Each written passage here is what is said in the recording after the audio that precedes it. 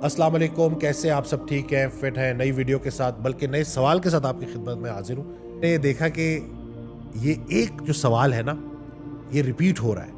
यानी कि ये बहुत सारे लोगों का एक कह लें कि इज्तिमाई सवाल है, और बहुत सारे लोग, मैं यकीन रखता हूँ कि इस सवाल से रिलेट भी करेंगे। जब मैं लोगों से कहता हूँ कि कोई सवाल पूछें, तो वो कहते हैं कि डॉक्टर वसीम, हमें जो हम डिज़र्व करते थे हमें मिला नहीं, हमारी कदर नहीं की गई। मैं जो समझता हूँ कि मुझे जो मेरा दाम लगना चाहिए था या जो मुझे मुकाम मिलना चाहिए था वो मिला नहीं। लोगों ने मेरी कदर नहीं की, जिस इदारे में मैं काम करता उसने मेरी कदर नहीं की। यानी कि ये गिला होता है उनका। तो उस दिन मैं ऑडियो सुन रहा हज़रत वासिफ़ अली वासिफ़ रहमतुल्लाह की, तो उसमें वो इरशाद फरमाते हैं कि अपनी कीमत लगाना बंद करो। ये जो हम अपनी कीमतें लगाते रहते हैं ना कि हाय मुझे तो वो मिला नहीं जो मैं डिज़र्व करता था, ये फ़ौरन गिले में चला जाती है बात और नाशुक्री में चली जाती है। अब से हम क्या बोलेंगे कि जो भी मुझे मिला, अल्लाह ने मुझे मेरे हक से ज़्यादा दिया। नेमतें गिनना तो शुरू करो।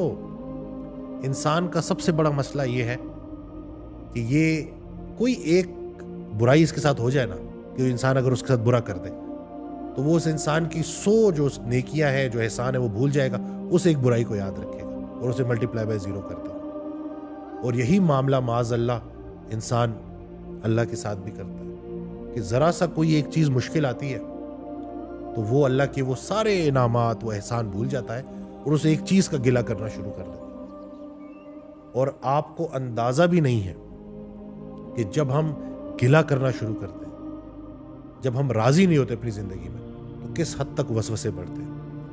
हम किसी चीज़ पर भी खुश नहीं रह सकते। जो इंसान 5 मरले के घर पे खुश नहीं है ना, वो 5 कनाल के घर पे भी खुश नहीं होगा। ये बात समझिए कि ये कितनी ज़रूरी है, इस बात को समझना। खुश नसीब वो है जो अपने नसीब पर खुश है। तो आज से हम ये कहना शुरू करेंगे कि या अल्लाह, तेरे मुझ पे इतने एहसानात हैं, आपके मुझ पे इतने एहसानात हैं कि मैं इस जो आपने मुझे दिया है ना, वो बिल्कुल बेहतरीन दिया है और मैं उस पर राजी हूं। जो जैसा आप बेहतर समझते थे आपने बिल्कुल वैसा मुझे दिया। बल्कि अगर कहीं ये भी कहना पड़े कि आपने मुझे हक से ज्यादा दिया है, तो ये भी गलत नहीं। देखें कितनी नेमतें हैं, गिनना तो शुरू करें। ये नज़ारे बनाए अल्लाह ने और उसके बाद उसको देखने के लिए आपको आंखें दे दी, अकीदा दे दिया, ईमान दे दिया, वालदैन दे दिए। हम अक्सर गिला कर रहे होते हैं। अक्सर लोग आते हैं और मर्द आते हैं और वो कहते हैं कि मेरी वाइफ जो है बड़ी बदतमीज़ है। तो उस बदतमीज़ वाइफ को अपना नसीब समझ के कबूल कर लो। बाहर की सारी दुनिया आपने राज़ी की हुई है और एक जो आपके घर में जो आपका हमसफ़र है वो आपसे राज़ी नहीं होता। इतनी अना का मसला बनाया हुआ है हमने कि उसमें हम उस बंदे को नहीं राज़ी कर सकते जिसको राज़ी करना सबसे ज़्यादा ज़रूरी है, बल्कि उसको हम इतना नज़रअंदाज करते हैं। कमज़ोर बीवियों को हमने इतना नज़रअंदाज किया है कि वो कमज़ोर बीवियाँ अब इतनी ताकतवर होती जा रही हैं कि वो माज़अल्लाह कहीं अजाब की शक्ल इख्तियार ना कर लें। और यकीन जाने जो मैं सुन रहा हूँ, जो मैं देख रहा हूँ ना, यही होता नज़र आ रहा है। रिश्ते कमज़ोर हो गए। पहले दुश्मन जो है ना दूर कहीं रहा करते थे, अब घरों के अंदर ही जाने दुश्मन साथ साथ रह रहे। क्या हो गया है? छोटी सी जिंदगी है, 4 दिन का मेला है, फिर उसके बाद ये सब खत्म होने वाला है। तो ये जो कुछ अरसे का स्टे है आरज़ी इस दुनिया में, इसमें भी हम राजी नहीं रह सकते। ये जो करीबी इर्द गिर्द रहने वाले हैं ना, इन्हीं का पूछा जाएगा। और जब हम निकाह करते हैं तो वो वादा है, तो ज्यादातर लोगों को तो वो वादा ही याद नहीं है और हमारे वादों का अल्लाह हमसे पूछेगा। और ये जो शादी है ना, ये भी वादा है कि शादी करते वक्त हमने तमाम क्वालिटीज और तमाम प्रॉब्लम्स के साथ एक इंसान को अपनी जिंदगी में कबूल किया था।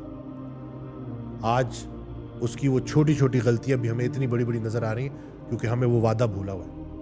जब हम अल्लाह को बीच में लेके आएंगे ना और अल्लाह के हवाले से सोचेंगे कि मैंने अल्लाह को गवाह बनाकर इस रिश्ते की इब्तिदा की थी और वादा लिया था, तो बड़े मसले हमारे हल हो जाएंगे। और ये दोनों के लिए है। घर को जन्नत बनाना है जी, एक दूसरे को फतह करने की मिशन पे निकले हुए हैं मियाँ बीवी, जिससे पूरी फैमिली सफ़र हो रही है, खुद भी राज़ी नहीं है, बच्चे भी अफेक्ट हो रहे हैं।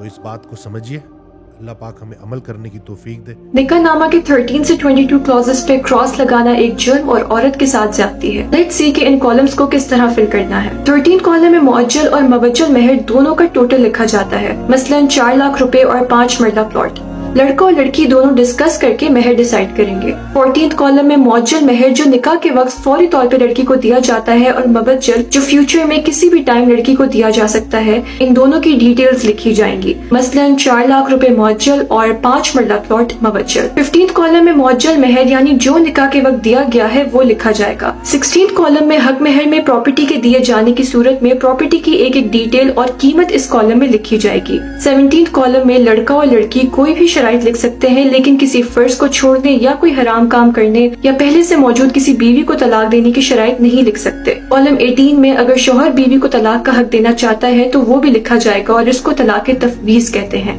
कॉलम 19 में लड़की शोहर के तलाक देने पे कंडीशन रख सकती है, लेकिन ये गैर मालियाती होनी चाहिए, जैसे कि बच्चों की कस्टडी वगैरह। कॉलम 20 में नानो नफके की डिटेल्स डाली जाएंगी। इसमें शोहर की सैलरी के अकॉर्डिंगली बीवी की पॉकेट मनी और घर के अखराजात की अमाउंट भी दर्ज की जाएगी। कॉलम 21 और 22 में लड़के की अगर पहले से शादी है तो उसकी डिटेल्स ऐड की जाएंगी। That's it. निकाह नामा को बहुत गौर से फिल करें ताकि आपका और आपकी औलाद का फ्यूचर सिक्योर हो सके।